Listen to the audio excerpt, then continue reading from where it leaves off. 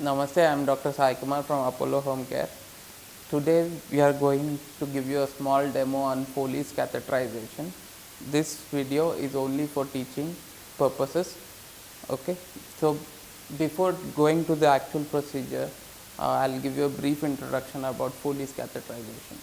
Foley's catheterization is being done for the patients who have difficulty in passing urine with urinary retention and people with neurologically induced bladder dysfunction. Before going to the actual procedure, I'll just give you a small introduction about what all instruments would be required.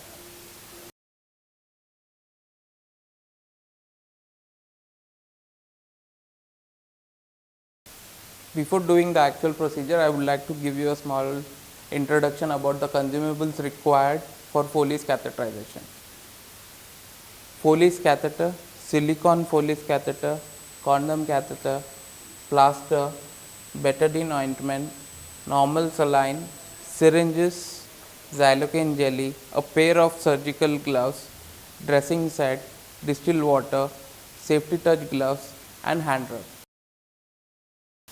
The position of the person who is doing the procedure, he should be in a position where he should be accessible to the patient as well as to the consumables. That's why we should keep the consumables nearer to you, preferably on the right side, not on the other side. Before doing the procedure, just give a brief introduction to the patient saying, "Hi, I am Dr. Sai Kumar. How can I help you? What's your problem, sir? Are you able to pass urine?" After listening to him, explain him the procedure briefly.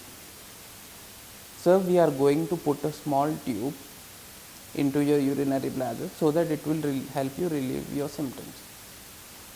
After taking the consent for the procedure and addressing the privacy issues, expose the area only after explaining it to the attendant that we are doing. You have to expose from umbilicus to the mid thigh. Before doing the actual procedure, I would like to give you a small introduction about the consumables required for Foley's catheterization. Foley's catheter, silicone Foley's catheter, condom catheter, plaster, betadine ointment, normal saline, syringes, xylocaine jelly, a pair of surgical gloves, dressing set, distilled water, safety touch gloves and hand rub.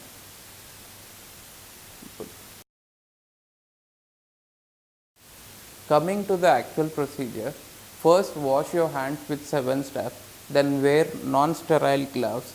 After that, just put a cozy sheet below the patient and then coming to the actual sterilization process. Now take the scissors to cut the pubic hair of the patient. Before doing that, just place your palm over the penis to make sure that you don't cut.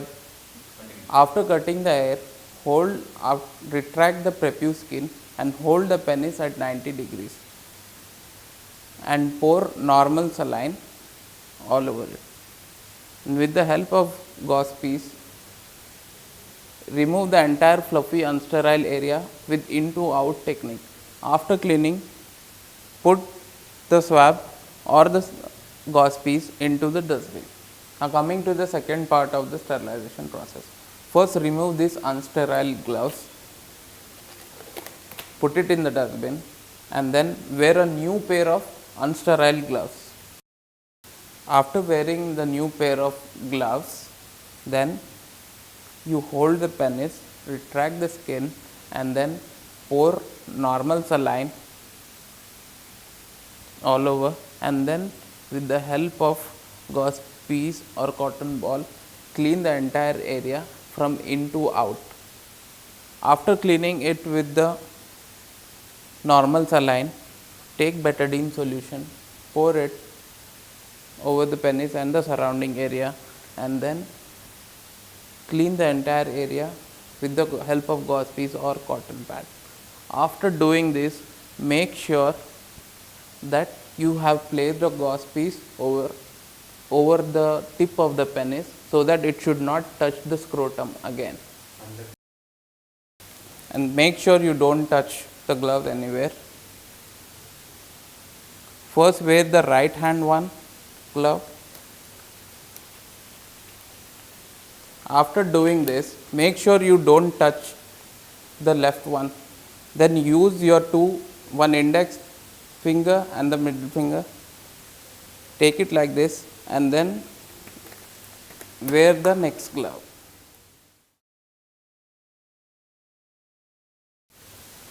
After wearing pair of sterile gloves, we need to do three things. Ask the nurse to open the Foley's catheter.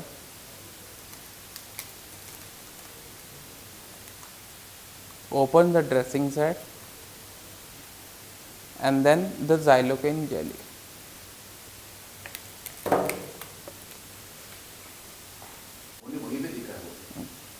After opening all these three, take the xylocaine tube,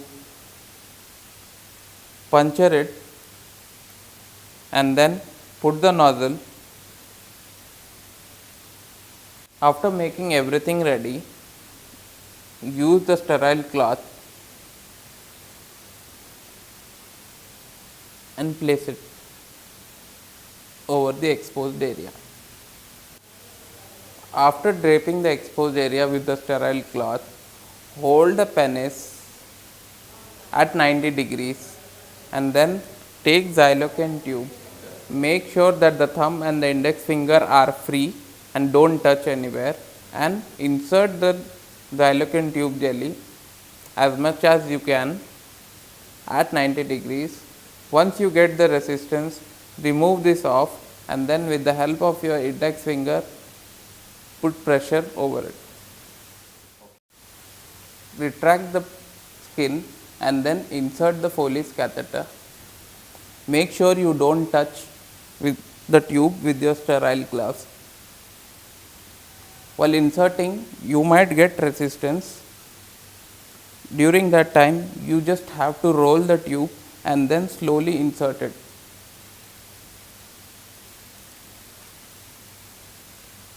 Once the tube has been inserted till the Y connector, ask the nurse to pull the plastic tube like this.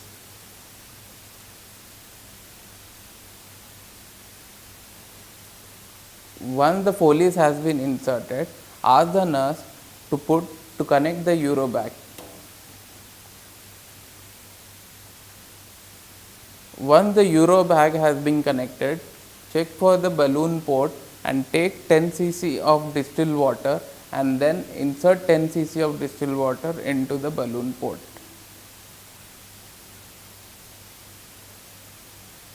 Once this is done, just slowly pull the tube outside until you get the resistance.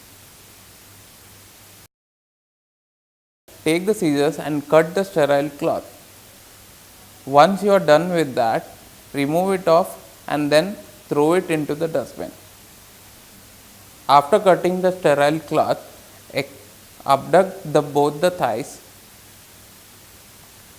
and then put a plaster over the thigh and place the Foley's catheter over it.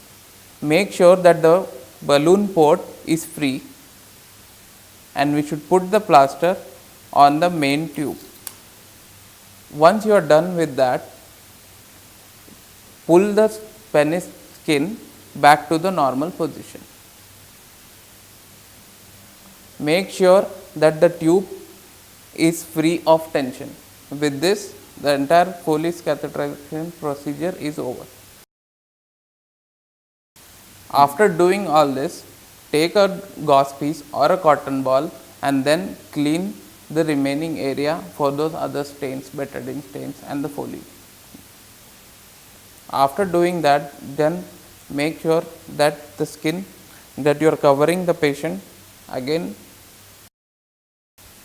After doing that, the Urobag with the help of attachment, connect it to the bed.